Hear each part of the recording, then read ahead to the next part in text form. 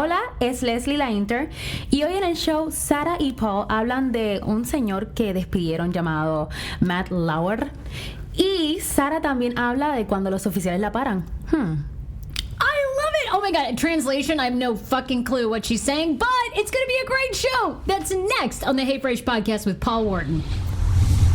From wine tastings to bike rides, art shows to beer gardens, street hockey to fashion shows, and so much more. There's always something going on in Crystal City. We love Crystal City Bid. Visit them for more details and events, crystalcity.org. And I am loving one of the number one teams in DC, real estate teams that is, the Mandy and David team at Compass can show you homes in every price range in all zip codes in the DMV. Check them out at mandyanddavid.com. Pacers Running. We absolutely love them, and we pod with them. We share a podcast studio with them. They also have a great podcast that you need to check out called Pace the Nation. It's all about running, the best sneakers, the best walking sneakers, and of course, everyone's real life. So we love to hear that. Check out Pace the Nation. Download their podcast today. All right. Hey, it's Here Paul Wharton. we go. Hey. What's the phrase that you hear every day? Hey, Frase. What's the phrase that you hear every day? Hey, Frase. What's the phrase that you hear every day? Hey, Frase. What's the phrase that you hear? Donna. Tune in, yeah, you gotta tune in. Sarah Fraser on the mic and she about to begin. The co-host with the most Paul Wharton. Looking sleek. Take it from me, you should Be listening. Live from the nation's cap. Pop culture at its best. No need to second guess. Wait a minute, you know the song now? You finally know our theme song? Actually, I think I don't. I still think I don't, actually. That last part, I'm not sure. No need to second guess.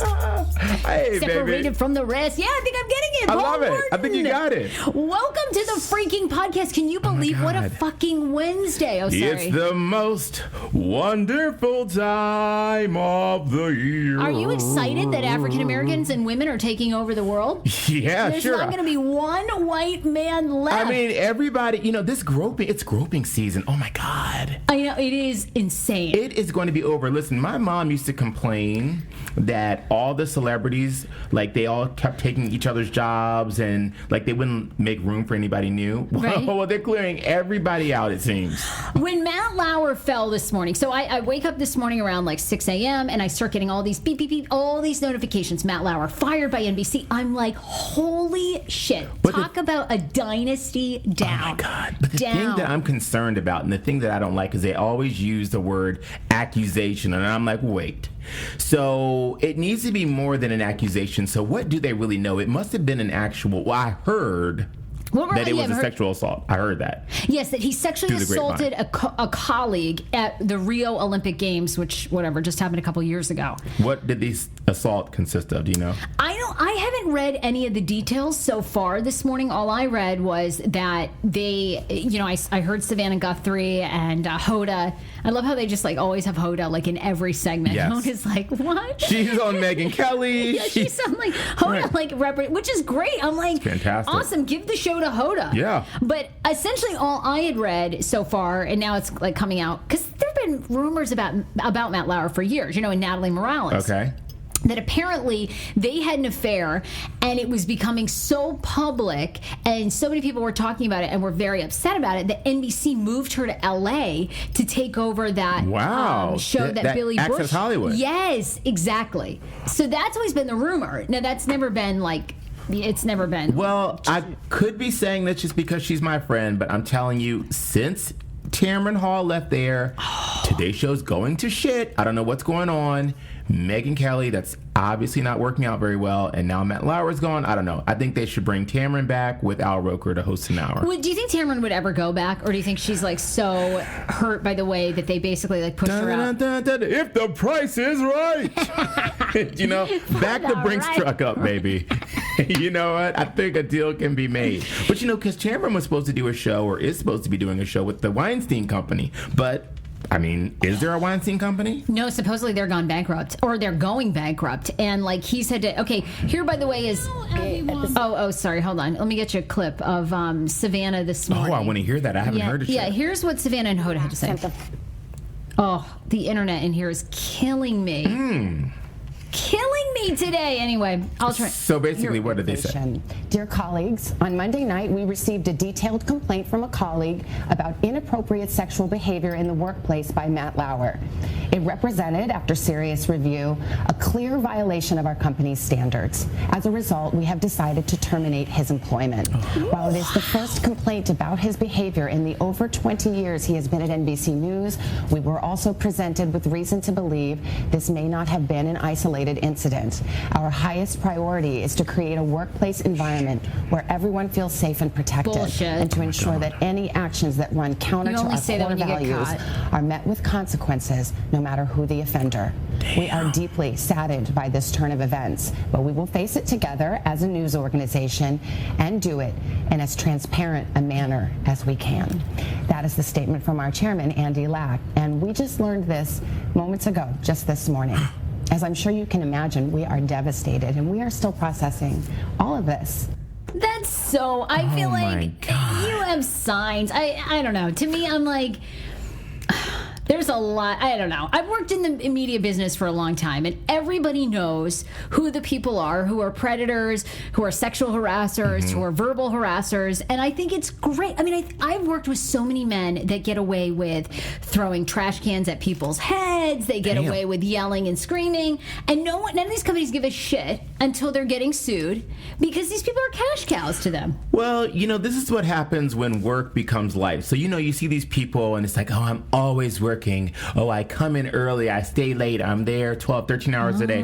Well, when do you jerk off? I mean, all that stuff builds up. Really, the sexual tension, they stay at work all day long. They need to work that out somewhere. I'm not saying that it's right, but what I'm saying is if you make work your life, you're going to get horny in a 14-hour period. Oh my God. No, really. That's a great take. I never really You thought gotta about let that. people work 8 hours and then cut them loose to go to the local bar, get a little happy hour in, and, hook up. So do you think that's what like Harvey Weinstein and what's his deal though? I mean, yeah, I guess he was working 24/7. I mean, he was just drunk with power. I mean, because look at him. I mean, at least Matt Lauer, you could see something happen with him. He's fine in the face, but his body was banging. I guess I shouldn't say things like that. It's just we're self-employed. Who gonna fire me, boo? You know what I mean? That's a good thing about that. Who's gonna fire me, boo? I might just fill you up one day just to get it off the table. Let me fill her up just to test the waters. See if she goes to HR, which is forwarded to my email. Oh, you got a complaint? Oh, I am the HR director. Oh my God. It's so true. It's so true. I mean, obviously, I feel sorry for that person who was objectified, but I got to tell you, I've been sexually harassed. Probably in the workplace, outside the workplace. I might have done a little harassing, hopefully outside the workplace. But I mean, is it harassing if it's mutual and consensual? Well, you would think that it's not, but with Charlie Rose and this morning, of course, I don't they're really dropping like flies. Dropping like flies. Al Franken came out. He did an interview. He says he's going to stay on his job. He's apologizing for all his inappropriate behavior. I mean, Harvey Weinstein to me was another level. I mean, Harvey Weinstein. I already believe, but they're just calling him accusations that he raped women, and I think that's entirely true. So you saw what the president said about it, right, on Twitter? Does he still have a job? Well, the interesting thing is, he tweeted out this morning about Matt Lauer for sexual, being accused. And what did he say? I didn't see that. I don't have it exactly in front of me, but try to pull it up. But basically, as a result of that, I just happened to be scrolling through and saw an Instagram from Andy Cohen, and it's in quotes, "I did try and fuck her. She was married. I moved on her like a bitch, but I couldn't get there. And she was married. Then all of a sudden I see her. She's now got the big phony tits and everything. She's totally changed her look. I've got to use some Tic Tacs just in case I start kissing her. I'm automatically attracted to beautiful. I just start kissing them. It's like a magnet. Just kiss. I don't even wait. And when you're a star, they let you do it. You can do anything. Grab him by the pussy. You can do anything." End quote. The President of the United States of America. How does this motherfucker have a job and Matt Lauer's out? What is going on in America? I have no idea. I think the only reason that Trump... Well, there have been women that have come forward with accusations of sexual harassment by Trump. But I don't know. I don't know if those have been squashed by his legal team or what. Or if he basically is in a job you can't really fire him. I guess you can. Don, I don't know. You know, listen, I still stand behind the fact that he would have been so much better off just as a businessman. I mean, he had it made. A great New York life. He owned all that shit. His brand was still, even though all his shit's made in, you know, China and some sweatshop. But, I mean, the brand had some level of quality. You know, when you say, oh, I live at Trump. Oh, wow, interesting. You know, when I lived in New York City. It used to be an address you wanted. It used to be something. Right. When I lived in New York City, I lived right, like, next to the Trump buildings. I always thought they were shit.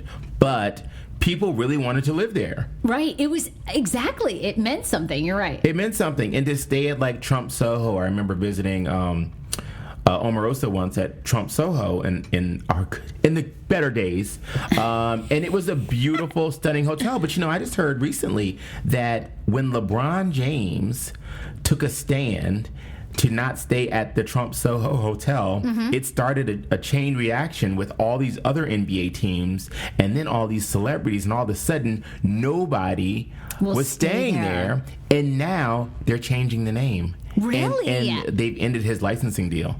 Wow. So it does have effect. It does have an effect. It absolutely does. Yeah. Well, this morning was a big morning, and I'm sure much, much more is going to come out about Matt Lauer. I wasn't really all that surprised, just given over the years there have been so many rumors about how difficult he is. I think it's great. I hope a lot of these networks end up considering keeping these women-led morning shows on.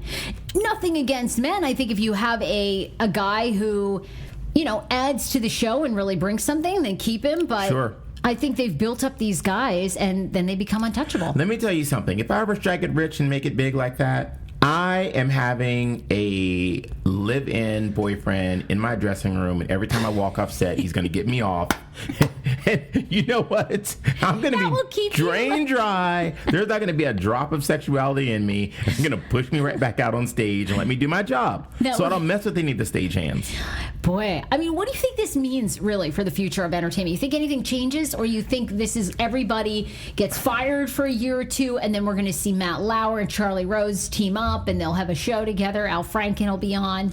I think they're going to bump us up because everybody's going to need to have a podcast. Because that's all they're going to be able to do is be their own boss and have a podcast. So true. Oh, you're right. Do you know? Shit. God damn it. God, I hope they don't think about that. Maybe we can do a little switcheroo. We'll take their job, they take ours. Yeah, actually, maybe. Okay, I think not so bad.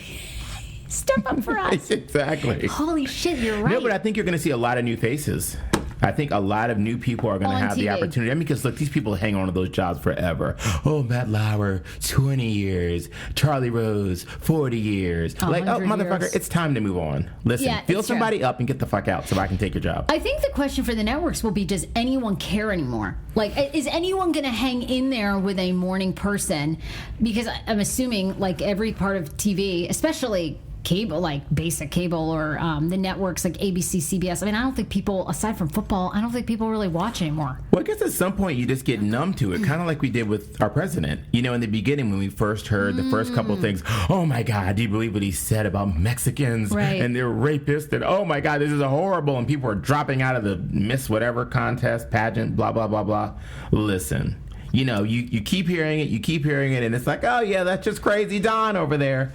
So at a certain point, I mean, I think that people are going to become numb to this and just say, hey, you know. Is what it is. That was in the past. Locker room talk. Locker room talk, baby. Fuck. That's crazy. Grab him by the pussy. Oh. Oh, that comb over. And Harvey Weinstein. Oh. I guarantee he has the tiniest dick you've ever seen. Ooh. Well, you know who apparently doesn't have the tiniest dick is Terry Crews. And Terry Crews was grabbed by an executive at William Morris Endeavor. Yes. And he just got back to work. So he basically, you know, the allegation was made. Terry Crews made the allegation. And the guy got 1 month, 30 days suspended with no pay. And he's back to work. So Terry Crews tweeted the other day, guess who got a pass? And it was that guy. Oh, my God. Hollywood's crazy, kids. I know. I wish we could convict on dick size. Harvey, let us see your cock. Oh, my God. That tiny thing? Then you knew he did it. God, well, since we're on the big cock talk. Cock talk! You know who else has be a new segment, at least big talk. balls? Who? Armie Hammer. Did you hear about this? God, Did you hear about his big balls sliding out of those shorts? What? God, this is shitty. I'm glad we don't have bosses. This is really not good. But his balls are this is the way it huge, should be. apparently. And Andy Cohen, when he was on Watch What Happens Live, Andy Cohen was basically asking him, because he wore, in the new movie that he has coming out, which we're going to talk about in a little while, he wore some shorts. I think it's Call Me By Your Name, right? Yes. Which is, he plays a gay character. He plays a gay falls character. in love in the Well, 1920s, right? I guess the shorts were really short and the balls kept slipping out. So he told Andy Cohen that they had to digitally, retract his balls. They basically put a little ice on his balls and made him shrink back up. Yeah. That's amazing. Oh my God. God. I can only hope someday my vagina lips fall out of something. I feel like we've gotten way off track. Oh my God. Way off track. Speaking of Army Yes. Hammer, though, we'll talk about that story because BuzzFeed just did a story and he quit Twitter this week. And we cover everything on this podcast. It Yeah. is anything goes. So Sure. we do news, we do pop culture, we talk about our lives, and then we hopefully do some interviews once in a while that make you think or make you Absolutely. have substance. That's Absolutely. Yeah, kind of, yeah. First part of it, not so much. Sure. But before we get into, we have a million stories to get to. Because I can't wait to tell you about the rapper who now is questioning if slavery existed. Oh, is he black? Yes. Okay. I really want to know your thoughts. If You people are like gonna, to pull me into shit like this, don't you? I do. Can't I And just then- have one day free of slave talk? God damn. Well, and then I think you'll like this one. More men Yeah. are identifying themselves as mostly straight. There you than ever go. Before. You got me back. You're back. Okay, I'm back. And then one that I want to talk to you about too is this is very fascinating to me, but this month for the first time a prosecutor is going to go to jail for tampering with and withholding evidence from the defense on a client. So essentially this prosecutor worked to try and convict someone that could have been innocent, and for the first time ever they are going to jail. And I want to know your thoughts on because it is so, that's another thing I could do a whole mess of shows on, is how crazy our justice system is and how many times people are coerced into false confessions and then also convicted of something they didn't do and are in jail and they're innocent. And lots Yeah. of times now this article is basically saying that prosecutors knowingly withhold evidence to get a guilty conviction, maybe because they're getting pressure from the county or they're getting from the city that they live in or work in, or maybe they're just corrupt. They just want to win. So I want to get into all those. They but just want to win. they just want to win. They just want to win. So we'll talk about that. But how was your Thanksgiving? Oh my God, it was wonderful. What'd you do? Where Well, did let me you? tell you something. For the first time, I'm always with my mom for Thanksgiving. But my grandmother, my mom's mom in Cleveland, who I visit at least every month, sometimes more. She's 91 now. She's slowing down a little bit. Aww. She's still in her big old house and all that kind of stuff, and she doesn't want to go and live with my aunt or my uncle. So my dad, my parents met in Cleveland when they were in high school. My dad hasn't been to Cleveland on Thanksgiving to visit his sister in years and years and years. So we decided to take a boys trip. Oh, I love it. My dad and I, let me tell you, Paul I don't know. Whartons, because that's the Paul Wharton's Whartons. That senior. is senior, and I'm junior. I love. Oh my God! I really wish they have called you Junior. The best. Well, my mom, they all do. They call me JR. Oh really? My dad doesn't. He calls me Paul, but the rest of them call me JR. Oh, that's so cute. Yeah. You remember Which back you don't at- really look like a junior. Like you're I know. so your own person. I'm my own person, I right? don't ever really see you as, hey, Junior. Exactly. But there was a show a lot of our listeners don't know called Dallas, and there was something called Who Shot JR? Yes. And it was on T-shirts, and I'd be like, no one shot me. I'm still here. I mean, literally, it used to bring me to tears. But I digress. We had a fantastic time.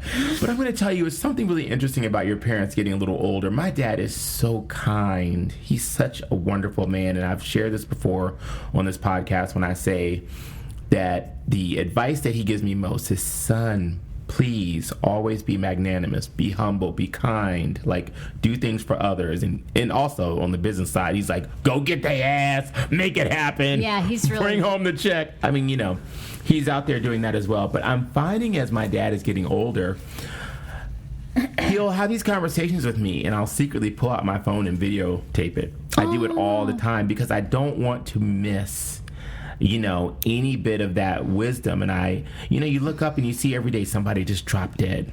Oh, We actually had a photographer friend of ours that shot one of our events at Mervis. Oh my God. When you texted me this, I still can't even believe it's real. And this guy wasn't even as old as my father. I think my father's 67 years old. Rob Bailey is his name. He was a fantastic photographer. I can't believe he really passed. He really passed can't. away. And the crazy thing is, you know, he had a couple of grown kids in their 20s. His wife had stage 4 cancer. She was in hospice care. He was taking care of her. So basically on Monday, he dropped, I don't know if it was Monday or Tuesday, but earlier in the week, he dropped dead of a heart attack. Oh my God. And on Friday after Thanksgiving, his wife died. I know, when you told me all this, I just thought about those kids, like how Could you imagine? No, I can't. You know, I talk about it all the time on this podcast, but my father passed away from cancer when I was in high school. And then over the years, my mom has had her fair share of, you know, she had a stroke and then she had breast cancer. And I just always am like, oh my God, please get her to 80. Like, just get her to 80 and I'll never want again, you know, because if you have a good relationship with your parents and your family, they're everything to you, and it sucks. That is the one part about life that I hate is, and I try. That's what does bring me every day back to the being conscious, back to being in the moment. Every day I wake up and I'm like, thank God, if everybody in my family's good, my friends are healthy, I'm here.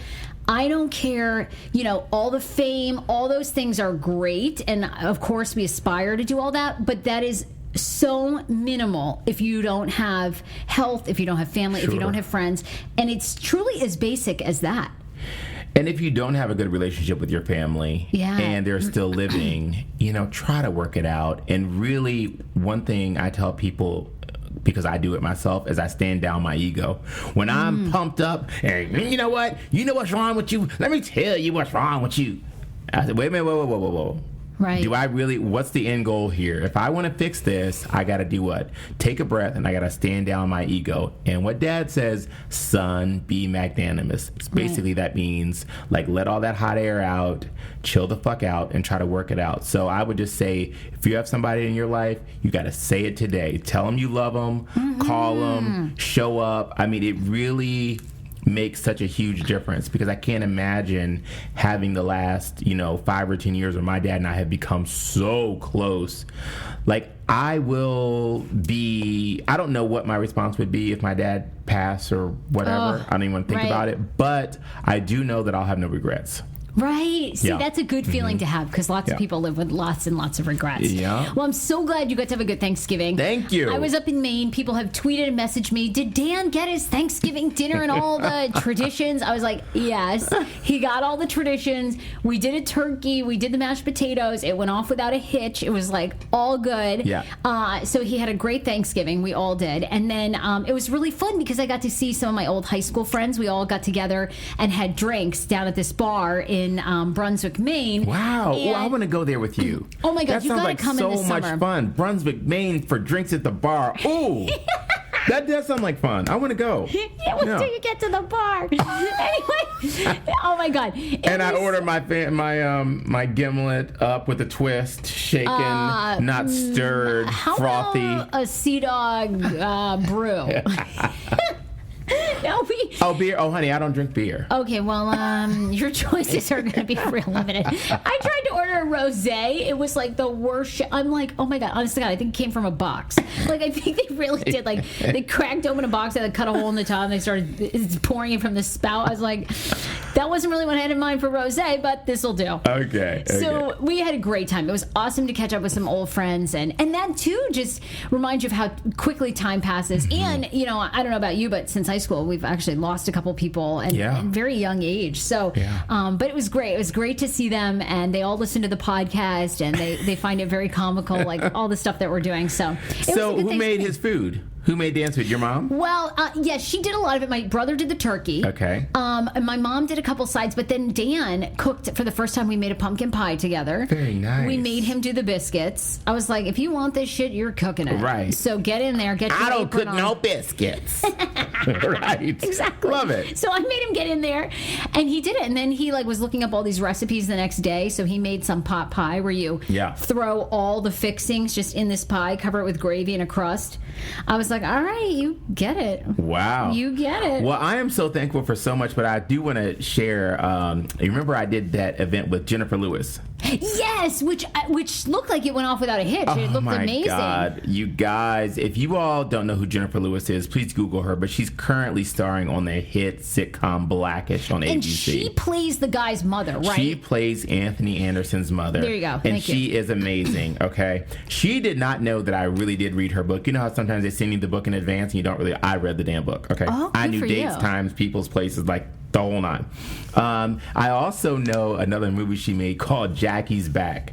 It was a 1999 Lifetime original movie with cameos by everybody: Bette Midler, Dolly Parton, Whoopi Goldberg. Just everybody was in this movie. So it's basically about this an old R&B star that's, she got into show business at the age of like 5. Okay. And she became a big star, and then she fell off, and she's having her big comeback. Jackie's Back. So one thing, Marcia Dyson, a good friend of mine, when Jennifer Lewis came in, I announced her, and I gave her a big announcement. She came in, and everybody was sitting. She was like, oh, fuck that, I'm leaving. So she goes back out, and I'm like, y'all better get up. So I do it again. Introducing the one, the only, the magnificent Jennifer Lewis. And she comes in, y'all motherfuckers better stand up. Everybody was on their feet. It was fantastic. So then Marcia decides to have like this sister girl moment right in the beginning of the event. I just want to tell you how special you've been, how much you've meant to me, how much you've inspired me, and all of these women, and Jennifer is just like not really on that vibe. So I'm like, well, let me tell you what I'm thankful for in terms of you. When people come into my house, I have like 4 big pictures of me like Andy Warhol's. And they say, oh, Paul, it's kind of a bit much. And I say, do you think if you went into Whitney Houston's house, she'd have a picture of another bitch on her wall?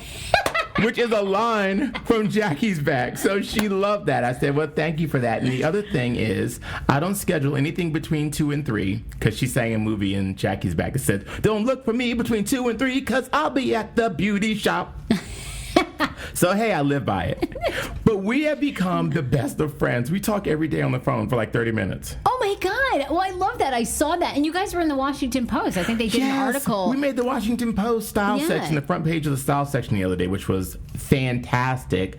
And so I'm thankful for that. And oh, my God. I know. We're looking at pulling it all together, your book. So, Paul, I'm staring at it right now. I didn't realize this was going to be in hard copy. But Paul's book is in, and I love your quotes from Vivica A. Fox, a must-buy for every woman that wants to be her most fabulous. And then the industry is lucky to have Paul. He's fantastic, from Betsy Johnson.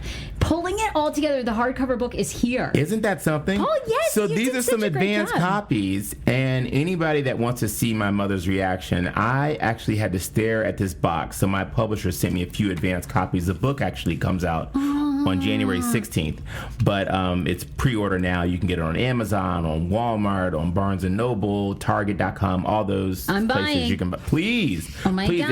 And it's on sale. But listen, would you have the willpower to look at your book in a box, unopened, and not just pop it open? No, probably not. I think I'd want to see it immediately. Exactly. I did too. But you know what? I wanted to share that moment with my mom. And so if anybody wants to see that, it's on my Instagram, Paul Wharton Style. I surprised my mom. I drove 2 hours to Delaware with the box 3 days later. And I opened the book with her. And she just really had a moment. I know. I love all the... You look I'm pictures just of me. scrolling through the book, and like Paul's running on the beach at one point. This is hysterical. And I'm sorry, the one of you doing yoga looks so... Yeah, that's my friend do Perry yoga? Bradley. Yes, I do yoga. Yeah, I do yoga. see it. You can't see it? No, I What's do wrong with you? What do you think I do? Just drink martinis all Yeah, day? I think that's more how I picture you. Well, this is awesome. Thank you Congrats so on the much. book. Thank it looks you. really good. And you should be very proud. I'm very proud. You're pulling actually it all mentioned in together. that book. You're acknowledged in the back of that book. What? Well, yes. Oh, now shit. What? Where? You're in the acknowledgments page. Oh, that's very kind of you. Oh my gosh. Yes, there's a lot of people I acknowledge, but can't I wait really to go acknowledge the people that I really Yes. that have really helped me through this process. So yes, you're in there. So check it out. I can't wait to get my copy. So Amazon, you can pre-order Pulling It All Together. Amazon, Barnes & Noble, Target, Walmart, it's everywhere. By the way, this weekend, you can also come out and see us. We are working with Mervis Diamonds Yes. in Tyson's Corner. They're having their massive trunk show. You can shop with Paul. We're going to be there 12 to 2. Paul's going to be helping you pull it all together, which is so good. You better tell me what your budget is up front. You know I like to spend other people's money. Otherwise, it'll be $100,000. Disneyland, yes. But also you can win a safari. Yes. This is their location in Tyson's Corner. It's right at the Tyson's Mall. It's right there at Mervis Way. Yeah, 1900 Mervis Way. It actually starts Friday night, so you can go all weekend long. They have jewelry vendors from all over the country. Jewelry starting at $300. Pink diamonds that go up to $1 million. But I really want that safari trip. I don't know. You know, it's funny. I was thinking about that. They're also going to have blue diamonds there, which I don't know if I've ever seen a blue diamond. Blue diamonds, yellow diamonds, pink, I guess all the colors that you can think of that they have diamonds in. I don't know. For some reason, I love pink, but I don't know. Yeah, you know, J-Lo started that, but then she also ended it too, I think. You know what I mean? It's kind of like it started and ended with J-Lo. Would you want one? Don't be fooled by the rocks that she got. She's still Jenny from the block. A long way from the block, folks. First she had a little, now she has a lot. And J-Rods. So anyway, be sure to check us out. Check that event out. If you want more details, you can go to mervisdiamond.com. You can go to paulwhartonstyle.com, heyfrase.com. It'll give you all the details and location, but it kicks off Friday night. A couple of stories that we wanted to talk about. So we were discussing Armie Hammer, the actor. He quit Twitter this week after a BuzzFeed article came out basically trashing him. And I have to tell you, the article was actually a must-read. It was really good. But it was written by a writer who essentially says that Armie Hammer, 10 long years of making Armie Hammer happen, and how many second chances a wealthy white guy has received in Hollywood, because Armie Hammer is part of the Armand Hammer baking soda oil tycoon family. I know we were just talking sexual harassment, but I just got hard. I'm sorry. Armand Hammer! Are you kidding? The one that's in the back of my grandmother's icebox? That's the one. Oh, hell. And Jackpot. I know. Armie Hammer, by the way, claims that he does not have a trust fund. This is what the article says. Okay. Which basically... I just got flaccid. Sorry. As soon as it started, it's over now. Well, do you really believe that? I think it's bullshit. I mean, come on. The article goes on to say how Armie Hammer constantly tries to downplay his wealth and his family ties, and always is trying to make you seem like he's just an ordinary guy. But where the article gets fascinating is it basically says that over the years, Armie has kind of hired his own PR team and his own Hollywood kind of marketing machine, if you will, that keeps Armie Hammer going despite the fact that he's been in numerous flops. The Lone Ranger with Johnny Depp. They go on and on. He was also in Nate Parker's film. I remember, of course, Nate Parker came out with there was alleged rape allegations against him. And he's in this new movie, Call Me By Your Name, which is supposed to be resurrecting his career. But essentially, this writer goes on to say that his career has been in the tubes for years, and he shouldn't be given this many second chances. What do you think about that? I feel like it's a little bit of a witch hunt, sort of. I kind of got what she was saying, but I'm like, really? I think it's got the bitter taste of a hater on there. Well, that's what he wrote. He wrote her back on Twitter and said, how am I saying? Chronologically? Chronologically, you're correct. Like, so the timeline she put together of his career was absolutely right. But he was like, you're bitter as fuck. Like, and he's like, I'm just done with this, that, maybe I'm just a guy that really enjoys acting. Right. And I just keep my career going. But the article was fascinating to read. Because it essentially goes on to say that white men in Hollywood are given a lot more second chances than women, minorities, other people. And that even though he's had multiple flops, he still continues to get jobs. Well, I think people that are from, wealthy, famous families are given more opportunities. I mean, look at the Today Show. Look at the Kennedys. Look at the Bush girls. I mean, I'm sorry. Right. They did not earn those spots as, contributors, co-hosts, whatever, on the Today Show. They're not that fucking good to me. I said it. No, that's it. That's all I got to say about that. If their last name wasn't Bush, they wouldn't be Billy Bush. All of them. Yeah, Billy Bush. Exactly. I mean, there's a lot, his they career's just in the tank right now. They step into the role. Yeah, I think you're right. There is. You know why his career's in the tank? Why? Grab him by the pussy. Yeah, exactly.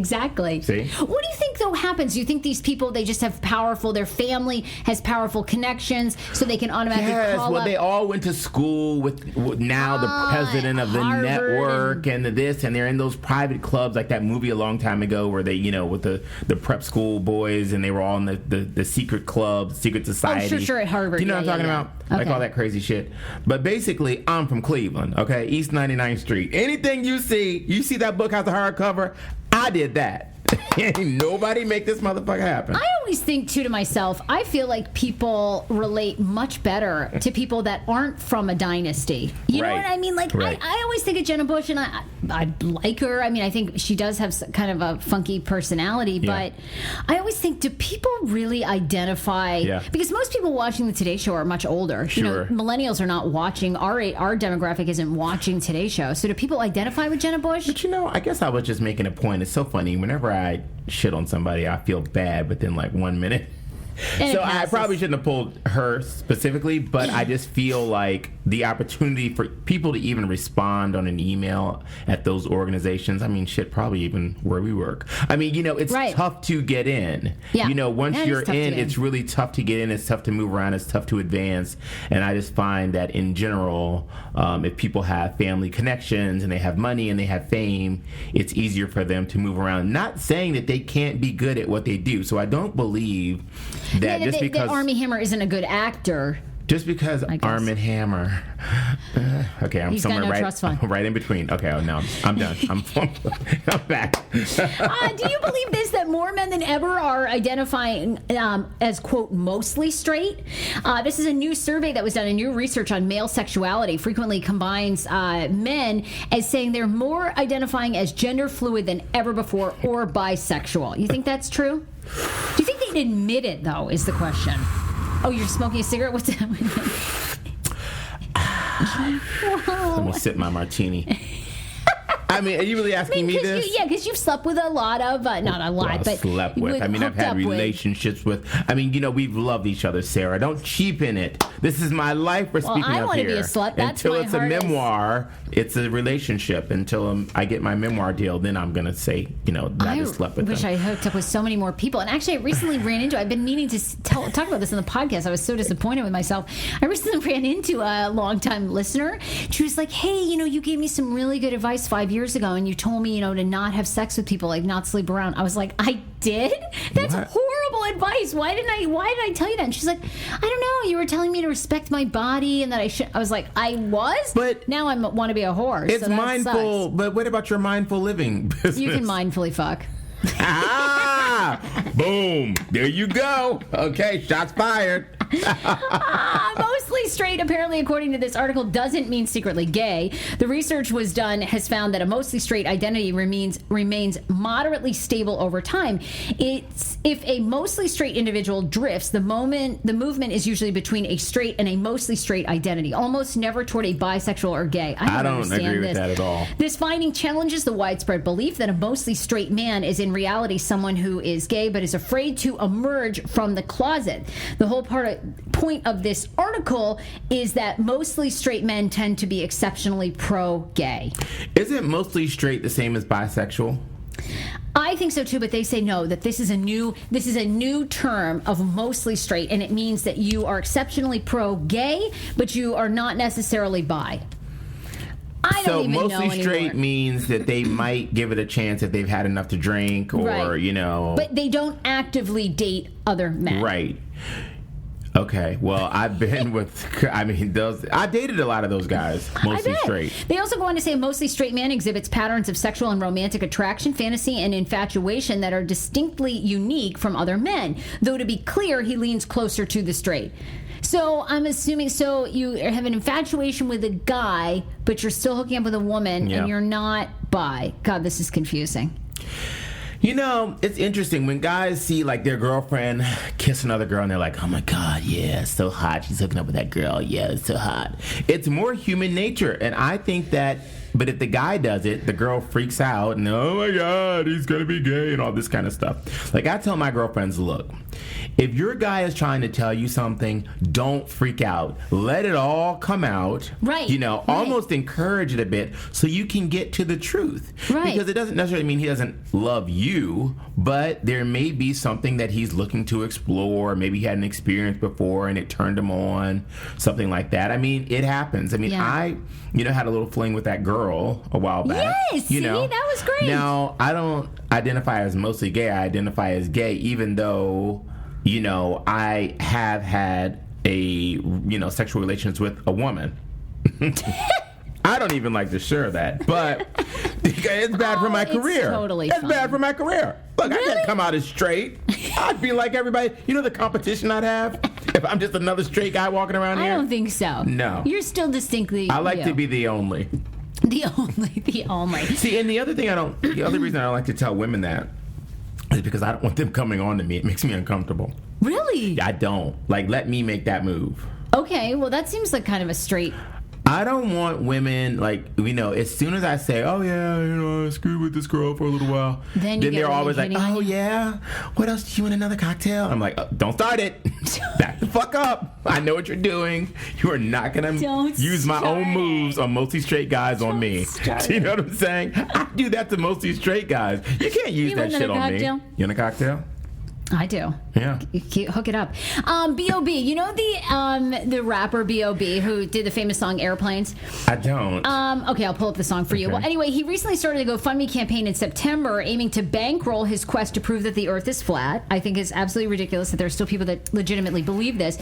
But then he wrote this week that he's thinking about starting a new GoFundMe because he doesn't believe slavery really existed. He says, have you ever seen a slave ship?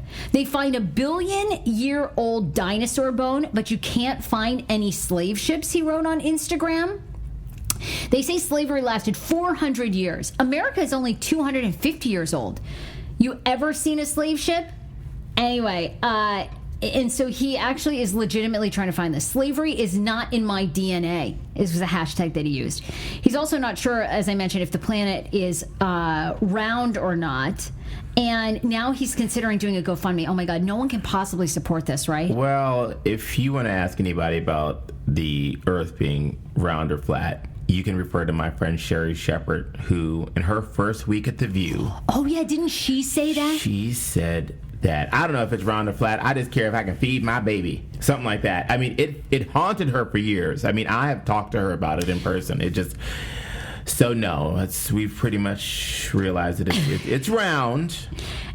I mean, I just can't even believe that. So to this date, he was trying to raise $1 million for the whole thing of the Earth being flat, and he's at 6,872. I think he should focus on his music and make his music good. I mean, I don't know him, but I mean, that doesn't mean I would anything, say that's why he's having to do this GoFundMe. But anyway, his next one, I mean, can you believe? But then, of course, I hate all these things because then I think to myself, wait a minute, have they ever found a slave ship? Like, I need to know, like, okay, that's... Girl, I can't get into all that. I got a book to sell, and I got, I mean, sometimes it's Christmas time. I didn't put my tree up yet. I got to get some, stocking stuffers. I can't really deal with the 400 years of slavery right now. Well, how about this? How do you feel about this? I thought, there's a ton of parents that listen to our podcast, and I thought this discussion was so fascinating. And it actually came through like a Girl Scouts of America article. But it essentially says that raising your daughter happy and healthy, you need to tell her that she does not owe anybody a hug at Thanksgiving or Christmas or any holiday. Love it. They say that once you start encouraging your kid, like, oh, your uncle just got here, go give him a big hug. Or auntie gave you that nice toy, go give her a big kiss. When you're worried your child might not offer affection on their own, you need to consider their future. If you're willingly telling a person, like, do this, eventually when these girls get older, they are less likely to find an issue with sexual harassment or people touching them because they've sort of been conditioned, like, oh, hey, yeah, do that. One way to think about it. They go on to say that she's going to feel as though when she grows up that if a guy buys her dinner or something like that, she needs to show him affection. You think there's any truth to this article? Maybe a bit. I've always been of the mindset that you have to really guide kids and teach them how to be respectful and kind and compassionate and a bit caring, because if not, we've all gone and been around our friends' kids and they're assholes. Yeah. And the friend doesn't say anything to them. It's just like, hello, an adult walked into the room. Shit, you don't have to hug me, but shake my hand, do something, fist bump, say, hey, Uncle Paul, Mr. Wharton, something. Yeah, Stand acknowledge up. The person. Acknowledge, yeah. So, I mean, there is a certain point to that. I can see that person's reasoning, but I do think it is on us, because it does take a village sometimes if the parents are a little bit lax, to encourage these young kids to kind of respect their elders and older people and even their contemporaries, so that when they get out into the real world, you know, they won't have such a hard time. I thought this article was great, and I think it applies for little boys too. Mm-hmm. I think you can go up to somebody and say thank you, but hugging them, or giving them a kiss, or no, I mean, I kiss my uncles on the lips, like some of them. That lip shit I don't really do, and when people do that to me, I'm kind of like, oh, okay, I mean, I'll do it, but it's only my gay uncles. But right. I've always given them a little kiss on the lips. Is that kind of weird? You want to say yes? No, I don't think it's weird, but I'm just not from a family where the kids kiss the adults on the lips. Really, we like kiss on the cheek. I don't even know when it started. I think when I got older, they always gave me a smooch on the lips. Just my gay uncles, though. It's kind of weird though, because adults do all kind of shit with their lips, and like you know, please. Oh, you were just talking about sticking your finger up Dan's butt the other week. now you're so horrified. Well, I try. By what you do with your lips. Yeah, those lips right there. Oh yeah. You do a little something. Well, yeah, but your finger you can wash. People aren't like washing their tongues. They should. Yeah, but you can wash, but sometimes, you know, that stuff stays. I mean, I thought this article was great. And I'm trying to think when I was younger, I don't think my parents ever said, oh, go give so-and-so a hug. I don't think they ever did. But we were taught not to be rude. Like, go up and say something to your grandparents. They it's hard to say, but I would be curious. Because, you guys can always email us. It's Sarah@heyfrase.com. It's Paul Wharton Style at yahoo.com. You can follow us on social media. I'm on @heyfrase on everything, so you can tweet us.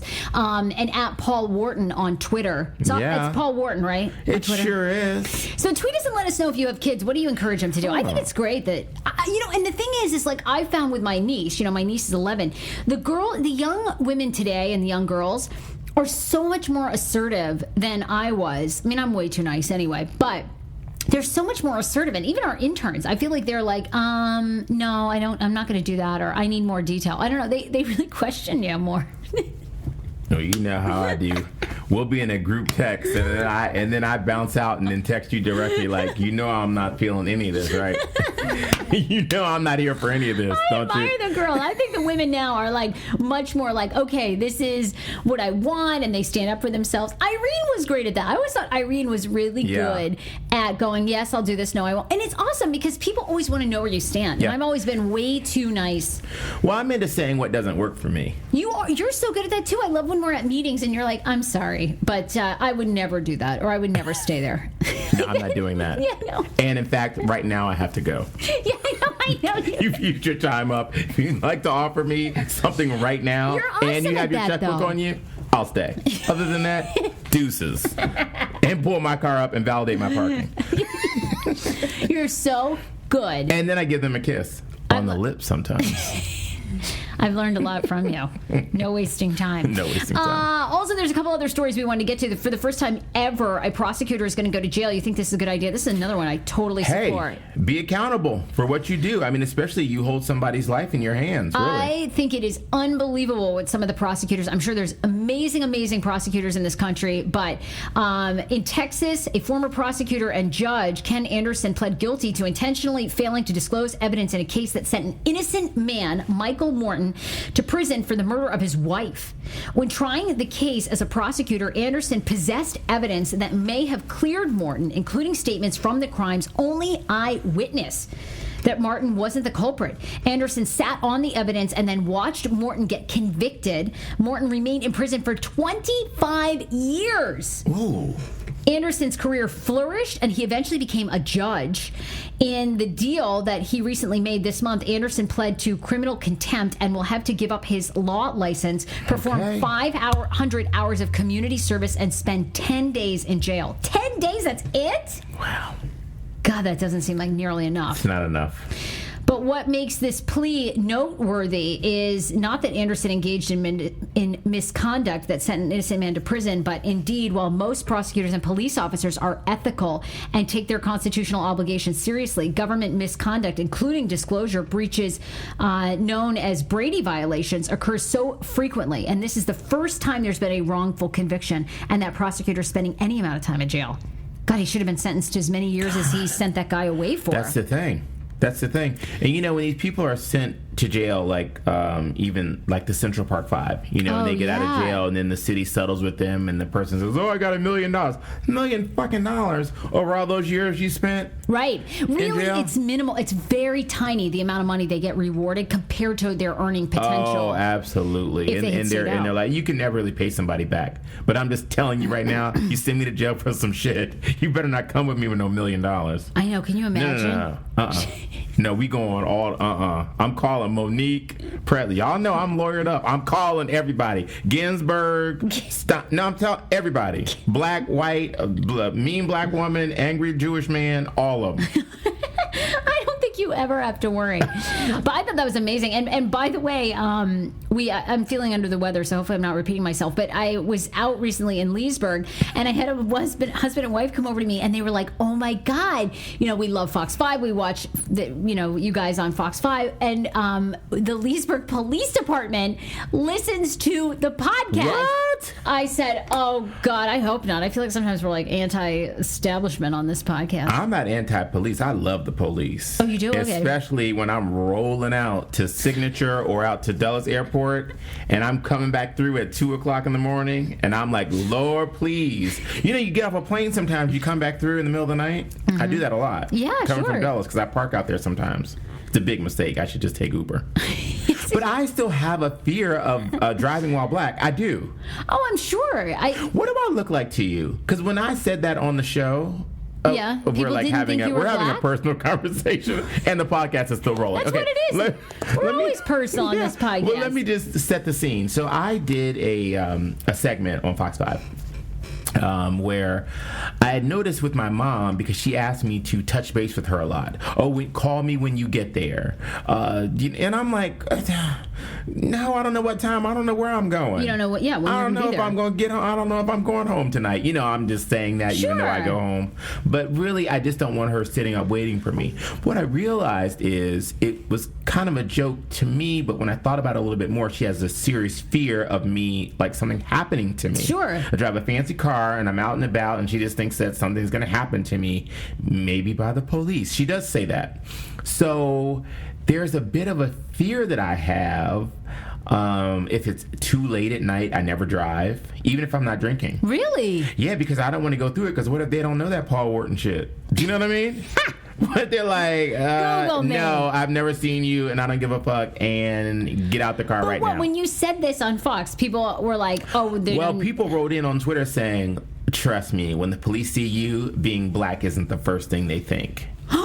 Yeah, things like that. And then somebody else was like, "Look at Paul Wharton trying to act like he's a black man. Sit down, queen." Yeah, my God. Oh yeah, oh, these people come for me for real. "Oh yeah, girl, you didn't know." Oh my God, I need to follow the hashtags. Yeah, right. For good day. Right. Really? Yeah, sometimes. I mean, but mostly it's positive, but that was people's response. So I was a little bit taken aback, because I was like, well, if they don't think that they see black, what do they see? I feel like they just feel like you're a gay man, maybe, and that, I think they're judging you on your hair. Maybe they're saying I don't look intimidating, or by their standards. Do you know? Yeah, apparently. I mean, that must be what people are saying. I don't really know, but the feeling I have, because I'm very connected to my blackness and who I am as a person. I mean, just as a person. And, and I have friends and lovers of all ethnicities and family members of all ethnicities. You know, Chip, my mom's husband, he's white. I've had many white boyfriends, many. Oh, I've dated all the white guys. I dated all the white guys. So, I don't know, but I still do feel that way. It's interesting being in the car late with a white person. Why are they totally relaxed? Ciao. Light up a damn joint. They speeding through the lights. I'm like, that light was yellow. They're like, I'm like, slow your ass down. It's 2 o'clock in the morning. Slow down. I'm looking over my shoulder. I'm looking at the rearview mirror. I'm looking left, right, and I'm just a passenger. Oh my God. Yeah, I'm freaking the fuck out. Do you have any fear of driving late at night? No, I don't. I mean, I have a fear because my driving record's so shitty, so I always try to not give them my license. They're like, ma'am, your license. I'm like, well, are you sure? I mean, this really could be resolved very easily. Ma'am, we need your license. How are you going to, wait a minute, wait. Back up. How are you going to resolve it easily? What is going on? But let me find out. Sarah, I'm always like giving them signals and I blow them. Like doing something with my mouth, like this could be easily resolved, sir. Okay, so I usually get hate from the women. They like never. Let they me don't just even tell you want to something. play. The next time you're rolling through Leesburg, you're gonna get pulled over. I get the boobs out. Hey, I know this is a tiny rack, but it'll do. It'll do the job. Ma'am, we need your license. And they go back and I have like 8 criminal speeding things. They're like, we're gonna give you a ticket for $400. You're like, fuck. Oh my god. I don't drive anymore. That's why I don't have a car. Yeah. Absolutely not. Pull up on my Uber driver. But you know what I think I'm gonna do? I think I'm gonna get over that. I think I'm actually going to work on that and not allow that to continue to be a part of my mindset, because I've gotten over a lot of things. Yeah, you don't really see like sexual harassment doesn't slow you down. You know what I mean? You're not a person that takes things personally, I don't think, which I love. And I think I'm afraid of people abusing their power and it resulting in my death. That's what I think. Oh, Do you know what I mean? Okay, I see. So that's the fear. So that's why that one sticks, and the other ones, anything I can control, I can get over. But if I can't control the situation and de-escalate a situation, because who knows? Sure. I've seen it on video, and it's just like, wait, I'm reaching for my wallet. What? Okay, I'm dead. Okay, that's not good. I know. Well, I mean, this all started with a shout out to the Leesburg. But I'd love to have an officer on to get their perspective on this. Well, Paul is the guy that I met. Paul is the guy that I met at the restaurant. I went to Ford's Fish Shack, and he was there with his wife. And they actually just sent me an email. I was going to try and bring it up. And he was like, "Oh my god, he's a former police officer. Actually, he might have been a cop too." And he's like, "Oh my god, my colleague loves your podcast. Like, he listens to you guys every week. It's his therapy." I'm like, "Wow, okay, this is great. Like, we're actually helping police." Find calmness. That's awesome. Well, let's shout them out, and maybe one of them will come on the podcast. Huge shout out to them. I was going to try and pull up Paul's email here, but anyway. I thought it was really, really great. Here it is. He writes to Sarah, my wife and I met you a couple weeks ago at Ford's in Ashburn. My wife said I embarrassed you because it was a night out for you and Dan, and I shouldn't have made you talk about work. Sorry for that. But I told my best friend Bill, the coworker of mine who absolutely loves the podcast, that I met you, and he is super jealous. I just wanted to say thank you again. I've seen you on TV dozens of times.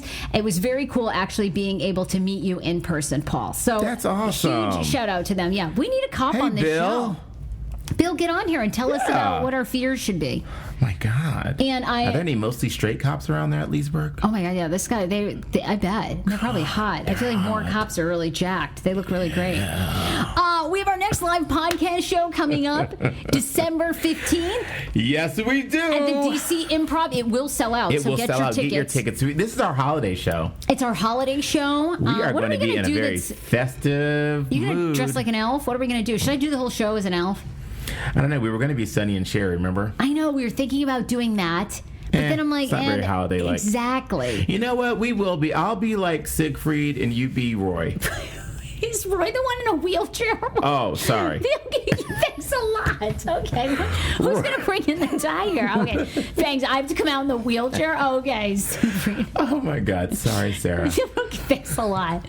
Anyway, DCimprov.com. Go get your tickets. We'll see you December 15th. We're going to have fun. I'm going to tell you something. That is going to be a fun night. Oh, my God. We're going to have so much fun. And it is sort of, because we're so busy, we only do now like about 2 live podcast shows a year. I know. So we're not going to do another one again until probably June or July of 2018. And are you going to drink for this one? You know what, Sarah? I have had such a busy season. I am taping my holiday special next week and the following week, which I'll tell people about after our live show. But yeah, I'm drinking at this one. Oh boy, because you really are so good when you're drinking. Yeah, when I'm drinking. When you're drinking. When you're drinking. When I'm drinking. Toe them drawers. So I want to say tear them drawers. Tear them drawers up. I love that. Anyway. So I definitely want to see some people from the Leesburg Police Department out there, Please too. come to our, absolutely. I know. They can double as security. Oh my God, yeah, we need that, too. Yeah, we do. All right, everybody, email us. It's paulwhartonstyle@yahoo.com. It's sarah@heyfrase.com. We'll see you guys next week. We love you guys. Bye. Phrase that you hear every day. Hey, phrase. What's the phrase that you hear every day? Hey, phrase. What's the phrase that you hear? tune in. Yeah, you gotta tune in. Sarah Fraser on the mic and she